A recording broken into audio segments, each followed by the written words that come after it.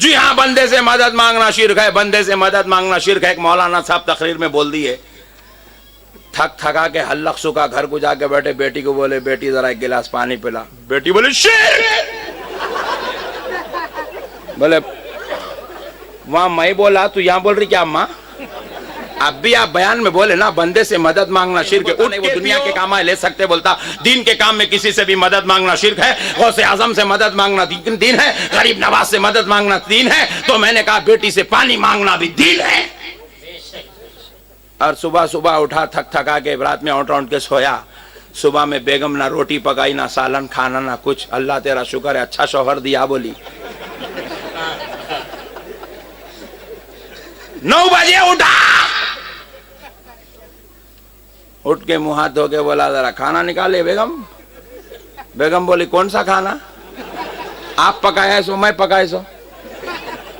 بولے روزانہ تم پکاتی ہو، تم پکائے سو. تم نے کہا نا رات میں بندے سے مدد مانگنا شرک ہے، اس لیے میں نے پکانا چھوڑ دیا. بات سمجھ میں آئی دوستو؟ پورے پاگل ایک جگہ جمع ہوئے تو ایک تبلیغی جماعت بنتی، اور پورے حولے ایک جگہ جمع ہوئے تو ایک اہل حدیث بنتی. عجیب و غریب قوم ہے. بندے سے مدد مانگنا شرک ہے کہتے. تو میں بولا ارے بے وقوف، میرے کو اتنا مسئلہ تو سمجھا ذرا. اللہ کو اپنی خدائی منوانے کے واسطے نبیوں کو بھیجنے کی کیا ضرورت تھی؟ ذرا بولو نا بھائی. اللہ کو اپنی خدائی منوانے کے واسطے نبیوں کو بھیجنے کی، قرآن کو بھیجنے کی، جبریل کو بھیجنے کی، میکائیل کو مقرر کرنے کی، اسرافیل کو سور دے کے ٹھہرا کرنے کی، جبریل کو وحی دے کے، اور اسرائیل کو سب کے گھروں کو بھیجنے کی کیا ضرورت تھی؟ اللہ چاہتا تو بلار شاہ میں ایسا اٹھا لے سکتا تھا آسمان سے. اسرائیل کہیں کو بھیج رہا مولا؟ ارے سمجھنے کی بات ہے نا میرے بھائی. اللہ ہو کر بندوں کو مقرر کرا ہے مدد کے واسطے. ہم کو اسلام دے رہا ہے نبی کی مدد سے.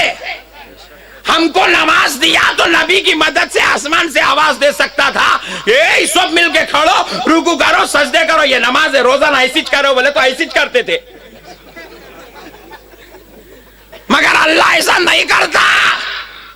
پہلے مدینے والے مصطفیٰ کو بھجواتا، پھر دولہا بنا کے معراج میں بلاتا، اپنے مقدس دیدار سے مشرف کراتا، واپس جب جا رہے تو نماز کا تحفہ دے کے بھی جاتا. مولا بتا رہا ہے نماز کے نام پہ غرور نہ کر، یہ نماز نماز ہے مگر وسیلہ مصطفیٰ سے دی جا رہی ہے، مصطفیٰ کی مدد سے دی جا رہی ہے. تو بغیر مدد کے نماز ملی نہیں تو پوری کیسے ہو سکتی ہے؟ جاہل قوم نے سمجھا ہی نہیں ہے. تو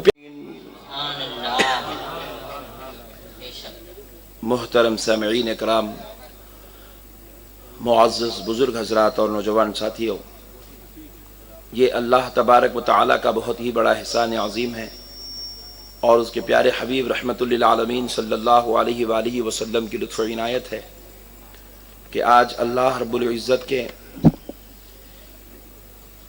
پیارے محبوب رحمت للعالمین صلی اللہ علیہ وآلہ وسلم کے پیارے نواسوں امام حسن اور حسین رضی اللہ تعالی عنہ کی، دیگر شہدائے کربلا کی خصوصی یاد کی اس مجلس میں ہم سب کو حاضر ہونے کی توفیق اور سعادت نصیب ہوئی ہے. اس پر ہم اللہ تبارک و تعالیٰ کا جتنا بھی شکر بجلائیں کم ہے کہ پروردگار نے اس بابرکت مجلس میں ہم سب کو شریک ہونے کا موقع اور توفیق عطا فرمائی. میں دل کی گہرائیوں سے شکر گزار ہوں حضرت علامہ ادریس صاحب حبیبی کا، جنہوں نے آج کے اس بابرکت جلسے کے لیے بڑی محبتوں سے، بڑی نوازشوں سے مجھے یہاں پر آنے کی دعوت دی. اور اللہ رب العزت کا یہ احسان عظیم ہے، حبیب پاک علیہ السلام کی نالن پاک کا صدقہ ہے کہ آج سینکڑوں علماء اکرام کی اس بابرکت مجلس میں اور ہزاروں عاشقان اہل بیت کی اس بابرکت مجلس میں حاضر ہونے کی توفیق اور سعادت نصیب ہوئی ہے. اب آ ہی گیا ہوں تو کچھ ذکر اہل بیت سے اپنے اور آپ کے قلوب کو تازگی اور ایمان کی چاشنی دینے کی کوشش کرتا ہوں، تاکہ اللہ تبارک و تعالی اس ذکر کی برکت سے آپ کی بھی مغفرت کا اعلان فرمائے اور میری بھی مغفرت کا اعلان فرمائے. اور مجھے تو کہنے کی ضرورت نہیں ہے کہ آپ میرا ساتھ دیں، کیونکہ میں جب سے دیکھ رہا ہوں کہ آپ لوگ تو ایسے ذکر حسین میں ٹوٹ پڑے ہیں اور ڈوب پڑے ہیں کہ اب مجھے کہنا پڑے گا کہ میں آپ کا ساتھ دینے کی کوشش کرتا ہوں۔ ماشاءاللہ آپ اتنی عقیدت و محبت سے سن رہے ہیں، الحمدللہ یہ اللہ رب العزت کا بہت ہی بڑا احسان ہے، اور سرکار مدینہ علیہ الصلوۃ والسلام کی خصوصی نوازش ہے کہ آج بلہار شاہ میں مہاراشٹرا کی اس دھرتی پر اتنے سینکڑوں ہزاروں کی تعداد میں عاشقان رسول جمع ہیں۔ پیارے بزرگ اور دوستو، بعض مرتبہ میں سنتا ہوں لوگ کہتے ہیں مول صاحب، مولانا صاحب، حضرت قبلہ، یہ بازو والے پھیلتے جا رہے ہیں، بازو والے پھیلتے جا رہے ہیں، بازو والے پھیلتے جا رہے ہیں۔ آپ بازو والے بولے تو ان لوگوں کو دیکھ رہے ہیں کیا؟ نہیں نا، وہ بازو والے جو آج نہیں آئے ہیں، آج روتے بیٹھے ہیں، میں ان کی بات کر رہا ہوں۔ لوگ کہہ رہے ہیں مولانا صاحب یہ پھیلتے جا رہے ہیں، پھیلتے جا رہے ہیں، پھیلتے جا رہے ہیں، اور خدا کی قسم میں کیونکہ پورا ہندوستان پھر رہا ہوں، ہر روز ایک نئے مقام پر جاتا ہوں، ایک نئی ریاست جاتا ہوں، نیا شہر جاتا ہوں، نئے لوگوں کے بیچ میں بیٹھتا ہوں، تو مجھے سمجھ میں نہیں آئے کہاں سے پھیل رہا، کیونکہ جہاں جاتا ہوں خدا کی قسم ٹھاٹے مارتا ہوا عاشقان رسول کا سمندر نظر آتا ہے۔ سبحان اللہ، سبحان اللہ، بے شک، اللہ اکبر، اللہ اکبر، یا رسول اللہ۔ یہ تو ہماری غلط فہمی ہے، ہم نے اپنے ذہنوں میں بٹھا لیا یہ پھیل رہا ہے، یہ پھیل رہا ہے، یہ پھیل رہا ہے، یہ پھیل رہا ہے۔ میں پوچھا تو کتنے لوگ ہیں رے تم لوگ؟ تو بولے مسجد میں جتنے 25 نماز پڑھنے کو ہے نا وہ 25 ہی 26واں نہیں ہے کوئی بھی۔ بات سمجھ رہے ہیں بھائی؟ اب سنیاں کتنے ہیں بلکہ اگر کوئی میرے سے پوچھے تو میں بولتا ہوں جتنے روڈوں پہ دکھ رہے وہ پورے سنیاں ہی چھے۔ اب انہیں کیا ہے، اینٹک پیس ہے، ایک داڑھی چھوڑ لیا، ٹوپی لگا لیا، ٹخنوں کے اوپر پہن لیا، گھٹا مار لیا، دیکھا تو دکھ کے آ رہا۔ یہ جتنے دکھ کے نہیں آتے نا وہ پورے عاشق رسول ہی چھے۔ یہ غلامان رسول ہے، جتنے نہیں دکھتے وہ ہم ہیں۔ تم لوگ بولے ہم لوگ دیکھو بھائی مسجداں بھرے، تو خالی مسجد میں چھے، ہوٹلوں میں ہم لوگ آئے، میدانوں میں ہم لوگ آئے، چورستوں پہ ہم لوگ آئے، گھروں میں ہم لوگ آئے، خانقاہوں میں ہم لوگ آئے، شادی خانوں میں ہم لوگ آئے، کہاں کہاں دیکھنا چاہتا ہے ایک مسجد چھوڑ کے دیکھ لے پورے ہم لوگ ہی چھے۔ لیکن آج قسم کھاتے ہیں کہ خدا کی قسم آج سے مسجد میں ہم ہی نظر آئیں گے انشاءاللہ۔ آج کے بعد مسجد میں بھی ہم ہی نظر آئیں گے، اور اتنے نظر آئیں گے کہ تیرا نظر آنا مشکل ہو جائے گا، اتنے نظر آئیں گے کہ تیرا دکھنا مشکل ہو جائے گا۔ اور خدا کی قسم ہم جہاں نظر آ جاتے ہیں، ہم جہاں بیٹھ جاتے ہیں وہاں کوئی اور نہیں بیٹھ سکتا، کیونکہ جہاں ہم بیٹھتے ہیں وہاں مدینے والے مصطفیٰ کا فیضان آتا ہے، بغداد والے غوث اعظم کا فیضان آتا ہے، اجمیر والے خواجہ پیا کا فیضان آتا ہے، اجمیر والے خواجہ پیا کا فیضان آتا ہے۔ مجھے کہنے دو، ہم جہاں بیٹھتے ہیں ہم نہیں بیٹھتے، ہم تو اس جگہ بیٹھتے ہیں جہاں محرم کا مہینہ ہو یا ربیع الاول کا مہینہ ہو، ہم جہاں بیٹھ جاتے ہیں کربلا والے حسین کا سایہ ہو جاتا۔ نعرے تکبیر، نعرے رسالت، علماء اہل سنت، جشن شہید اعظم جناب احمد نقشبندی صاحب، نعرے تکبیر، نعرے رسالت۔ تو پیارے بزرگ اور دوستو، آپ آج عہد کر لیں گے نا انشاءاللہ ہم نماز میں بھی نظر آئیں گے، پکا وعدہ نا بھائی انشاءاللہ؟ آج کے بعد نماز پہلے وعدہ کر لیتے ہیں، بعد میں تقریر سنتے ہیں انشاءاللہ۔ تو اب آئیے، کیونکہ میں نے نماز کا وعدہ اس لیے لیا کیونکہ جب ہم نماز پڑھیں گے تو خدا کی قسم ہماری مسجد کبھی کوئی بدعقیدہ نہیں لے سکتا، ہماری مسجد میں کوئی غیر مخلد داخل نہیں ہو سکتا۔ جب ہم نمازی بن جائیں گے، اتنے لوگوں بول رہے مول صاحب انہیں قبضہ کر لیا، قبضہ کر لیا، قبضہ کر لیا، والا قبضہ کوئی بھی نہیں کرا، ہم لوگوں دے دیے سو ہے پورے۔ اس کا نیتی ہمت کا ہے، ہمارے مسجد کو ہماری گاڑی کو قبضہ نہیں کر سکتا، مسجد کو قبضہ کرتا۔ خدا کی قسم انہیں نہیں کر سکتا، ہم لوگ خود نماز نہیں پڑھ کے ان کو دے دیا سو، لیکن آج عہد کریں گے امام حسین کے صدقے میں پورے واپس لیں گے انشاءاللہ، جتنے دے دیے تھے اتنے پورے واپس لے لیں گے انشاءاللہ۔ اب آئیے پیارے بزرگوں اور دوستوں، میں نماز کا وعدہ آپ سے لے چکا ہوں، تو اب ذرا نماز کی اہمیت پر اور نماز کے ذکر پر چلتے ہیں۔ نماز ہے کیا چیز، ذرا غور کریے گا۔ اگر بلہار شاہ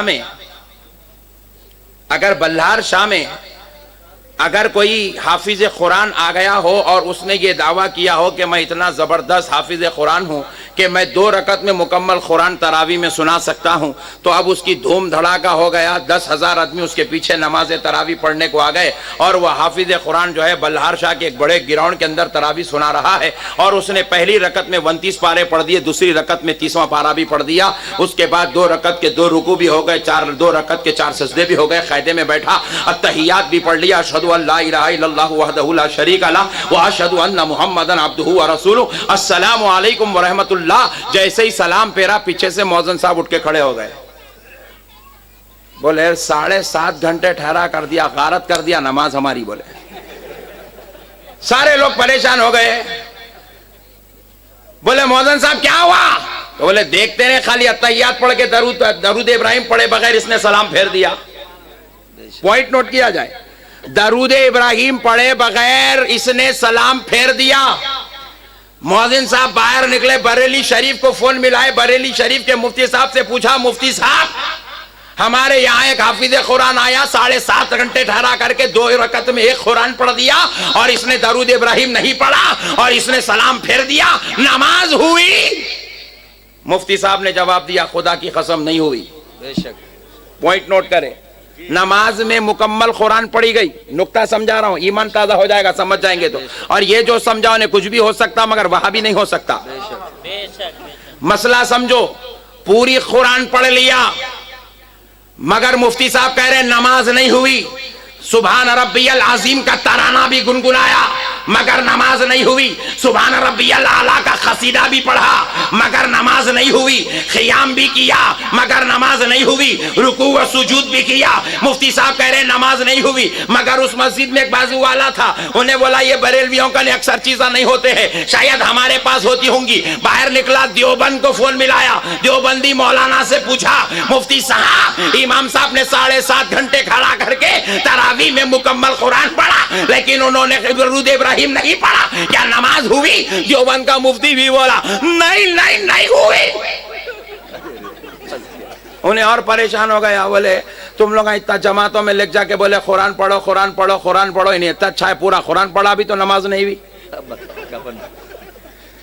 تم لوگ بولے نماز پڑھو، کھٹکے مار مار کے بلائے، 7.5 گھنٹے پڑھا، تو 7 منٹ میں پڑھا رہا تھا، میں 7.5 گھنٹے پڑھا تب بھی نہیں ہوئی، بولے نہیں ہوئی۔ پوائنٹ نوٹ کرو نوجوانوں۔ پھر اس کے بعد ایک اور دڑ ہوشیار تھا، انہیں عورتوں کے جیسا نماز پڑھتا تھا، اکثر نماز میں بیگم کو لے کے جاتا تھا، انہیں باہر نکلا، اس کا نے تو مفتی ہے نہیں، کہ مفتی تو فقہ والوں کے پاس ہوتا ہے، انہیں فقہ کو مانتا نہیں تو مفتی نکلا نہیں۔ شیخ صاحب حفظہ اللہ تعالیٰ کو پوچھا، شیخ ایک شیخ نماز پڑھائے، 2 رکعت میں پوری قرآن پڑھے، سجدے کرے، رکوع کرے، اتحیات پڑھے، لیکن درود ابراہیم نے پڑھے، نماز ہوئی؟ شیخ نے بولا نہیں ہوئی۔ پریشان ہو گیا، آخر مسئلہ کیا ہے؟ صرف درود ابراہیم نے پڑھے تو نماز کیوں نہیں ہوتی؟ سنو مسلمانوں، یہ قانون کسی مفتی کا بنایا ہوا نہیں ہے، یہ قانون کسی مولوی کا بنایا ہوا نہیں ہے، یہ قانون کسی ملا کا بنایا ہوا نہیں ہے، یہ قانون مدینے والے مصطفیٰ کا بنایا ہوا ہے۔ مدینے والے مصطفیٰ نے کہا من صلی صلاۃ لم یصلی فیہا علی وعلی اہل بیتی، مصطفیٰ نے کہا جس نماز پڑھنے والے نے نماز تو پڑھی لیکن نماز میں مجھ پر اور میرے مال پر درود نہ پڑا، لم تقبل من، اس کی نماز اس کے منہ پر پھینک دی جاتی ہے۔ اللہ اکبر، یا رسول اللہ، زندہ باد زندہ باد، اللہ اکبر، یا رسول اللہ۔ بات کرے گی شرک کا نعرہ لگانے والے جاہلوں، کان کھول کر احمد نقشبندی کی بات کو سنو۔ تم نے دیکھا مسجد میں یا اللہ کے ساتھ یا محمد ہے تو بولو شرک، کیوں ہو گیا رے شرک؟ نہیں یا اللہ کو لگائے تو یا محمد کو نہیں لگا. اوفو. میں بولا یا تیری عظمت کے میں صدقے جاؤں, تیرے اوپر ایک مسئلہ بن گیا دنیا میں. بے شک. یا الف یا اللہ کے ساتھ لگ گیا. اگر وہی لفظ یا نبی کے ساتھ لگا تو بولے شرک ہو گیا. میں بڑا پریشان ہوا. یا آخر تو اتنا ایسا ہنر والا ہے کہ تو اللہ کے ساتھ لگا تو نبی کے ساتھ نہیں لگ سکتا. تو میں پوچھا آخر قصہ کیا ہے؟ بولے یا مدد کے لیے لگاتے ہیں, مدد صرف اللہ سے مانگی جاتی ہے, بندے سے مدد مانگنا شرک ہے. اوفو, اتنا بڑا مسئلہ ہے. مدد بندے سے مانگنا شرک ہے؟ بے شک.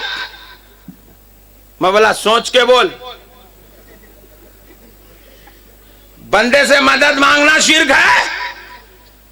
جی ہاں, بندے سے مدد مانگنا شرک ہے. بندے سے مدد مانگنا شرک ہے. ایک مولانا صاحب تقریر میں بول دیے, تھک تھکا کے حلق سکا, گھر کو جا کے بیٹھے, بیٹی کو بولے بیٹی ذرا ایک گلاس پانی پلا. بیٹی بولے شرک. بولے وہاں میں بولا تو یہاں بول رہی کیا اماں؟ اب بھی آپ بیان میں بولے نا بندے سے مدد مانگنا شرک ہے. وہ دنیا کے کام لے سکتے, بولتا دین کے کام میں کسی سے بھی مدد مانگنا شرک ہے. غوث اعظم سے مدد مانگنا دین ہے, غریب نواز سے مدد مانگنا دین ہے. تو میں نے کہا بیٹی سے پانی مانگنا بھی دین ہے. اور صبح اٹھا تھک تھکا کے, رات میں اونٹ کے سویا. صبح میں بیگم نہ روٹی پکائی, نہ سالن کھانا, نہ کچھ. اللہ تیرا شکر ہے اچھا شوہر دیا. بولی 9 بجے اٹھا, اٹھ کے منہ ہاتھ دھو کے بولا ذرا کھانا نکالے بیگم. بیگم بولی کون سا کھانا؟ آپ پکایا سو میں پکائے سو؟ بولے روزانہ تم پکاتی ہو, تم پکائے سو. تم نے کہا نا رات میں بندے سے مدد مانگنا شرک ہے, اس لیے میں نے پکانا چھوڑ دیا. بات سمجھ میں آئی دوستو؟ پورے پاگل ایک جگہ جمع ہوئے تو ایک تبلیغی جماعت بنتی, اور پورے حولے ایک جگہ جمع ہوئے تو ایک اہل حدیث بنتی. عجیب و غریب قوم ہے. بندے سے مدد مانگنا شرک ہے کہتے. تو میں بولا ارے بے وقوف, میرے کو اتنا مسئلہ تو سمجھا ذرا.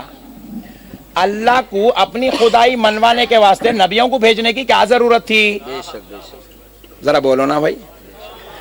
اللہ کو اپنی خدائی منوانے کے واسطے نبیوں کو بھیجنے کی, قرآن کو بھیجنے کی, جبریل کو بھیجنے کی, میکائیل کو مقرر کرنے کی, اسرافیل کو سور دے کے ٹھہرا کرنے کی, جبریل کو وحی دے کے, اور اسرائیل کو سب کے گھروں کو بھیجنے کی کیا ضرورت تھی؟ اللہ چاہتا تو بلار شاہ میں ایسا اٹھا لے سکتا تھا آسمان سے, اسرائیل کو بھیج رہا مولا.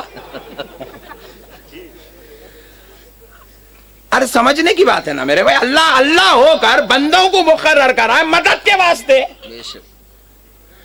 ہم کو اسلام دے رہا ہے نبی کی مدد سے. ہم کو نماز دیا تو نبی کی مدد سے آسمان سے آواز دے سکتا تھا, اے سب مل کے کھڑو, رکوع کرو, سجدے کرو, یہ نماز ہے, روزانہ ایسی کرو. بولے تو ایسی کرتے تھے, مگر اللہ ایسا نہیں کرتا. پہلے مدینے والے مصطفیٰ کو بھجواتا, پھر دولہا بنا کے معراج میں بلاتا, اپنے مقدس دیدار سے مشرف کراتا, واپس جب جا رہے تو نماز کا تحفہ دے کے بھی جاتا. مولا بتا رہا ہے نماز کے نام پہ غرور نہ کر, یہ نماز ہے مگر وسیلہ مصطفیٰ سے دی جا رہی ہے, مصطفیٰ کی مدد سے دی جا رہی ہے. تو بغیر مدد کے نماز ملی نہیں تو پوری کیسے ہو سکتی ہے؟ جاہل قوم نے سمجھا ہی نہیں ہے.